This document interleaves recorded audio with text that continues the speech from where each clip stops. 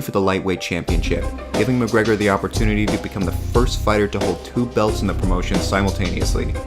Conor would make good on that opportunity by starching Ivan in 3 minutes of the first round with a huge left hook, claiming the Cage Warriors lightweight title.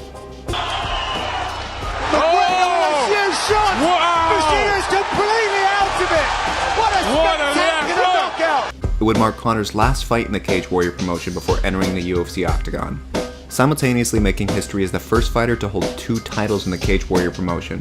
A 2-division CWFC World Champion!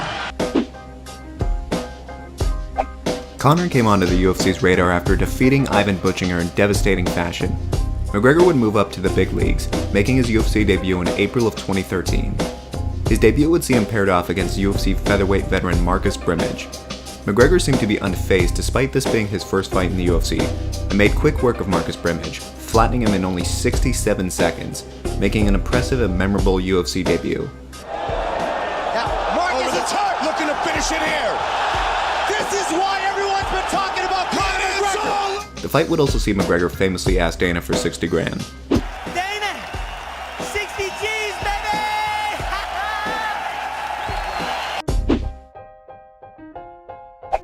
UFC 189 was originally scheduled for Aldo to face McGregor for the featherweight belt, but due to a rib injury, Aldo would end up pulling out, with #1 featherweight contender Chad Mendes coming in as a last-minute replacement. Up until that point, Conor had never faced an experienced wrestler. With Conor being primarily a stand-up fighter, this left many questioning how Conor would fare against the former NCAA wrestler Chad Mendes. Like many of McGregor's fights, there was no shortage of trash talk between him and his opponent. Alright, I'm 5'6". You're 5'4" at least. 3 inches taller than me, buddy. You should stand up because we can barely see you on the screen. Conor, do you know what wrestling is? I could rest my balls on your forehead. Yeah, I know. So, During the fight, Chad would show some success with his wrestling, taking advantage of Conor's inexperienced ground game and landing elbows from the top position. Slashing elbow by Mendes. Conor weathered the storm, getting back to his feet and wearing Chad down with several body shots. So another hard shot to the body. Chad's hurt. Chad's body's hurt. The knockout finish would come in the second round, with seconds left on the clock. Conor landed his signature left hook to send Chad down, finishing him with a few follow-up shots to become the interim featherweight champion. And now, the new interim UFC Featherweight Champion! Conor McGregor vs. Jose Aldo was set to be the biggest featherweight bout in UFC history. The fight was originally scheduled to go down at UFC 189, with the two promoting their fight on a world tour.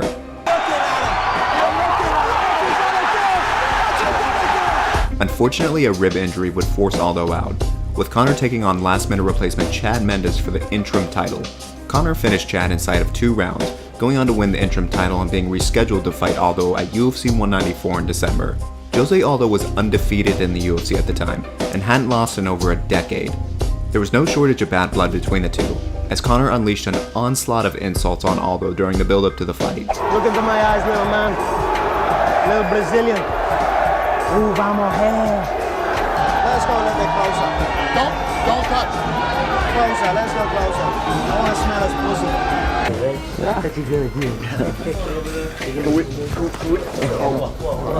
can we move the seat?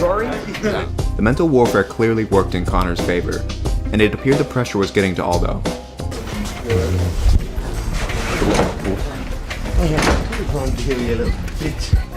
Stepping into the cage, Aldo looked visibly tense and anxious. The fight would be a short one for Aldo, with McGregor knocking out Aldo in 13 seconds. Jose Aldo Jr.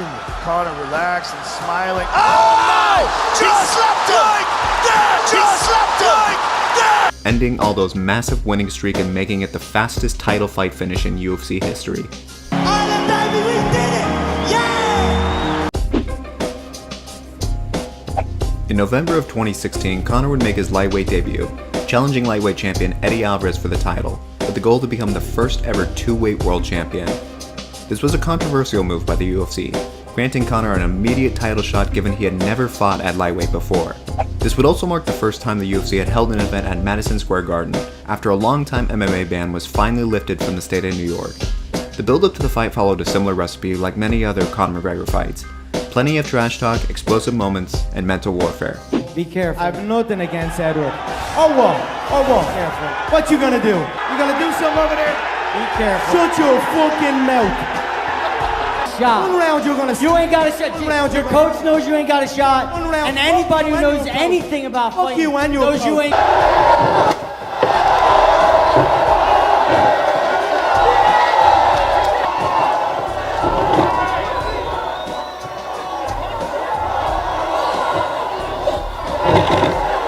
Like many of Conor's opponents, Eddie looked visibly worn down as he entered the octagon on fight night. Although McGregor was only the slight favorite, he showed a massive gap between their skills, dominating the fight and throwing Eddie off of his game. Conor would drop him several times in the first round and finish him in the second with an incredible 4-punch combination. Loose, getting better here in this round, though. Oh, man, until that. Oh, he's done.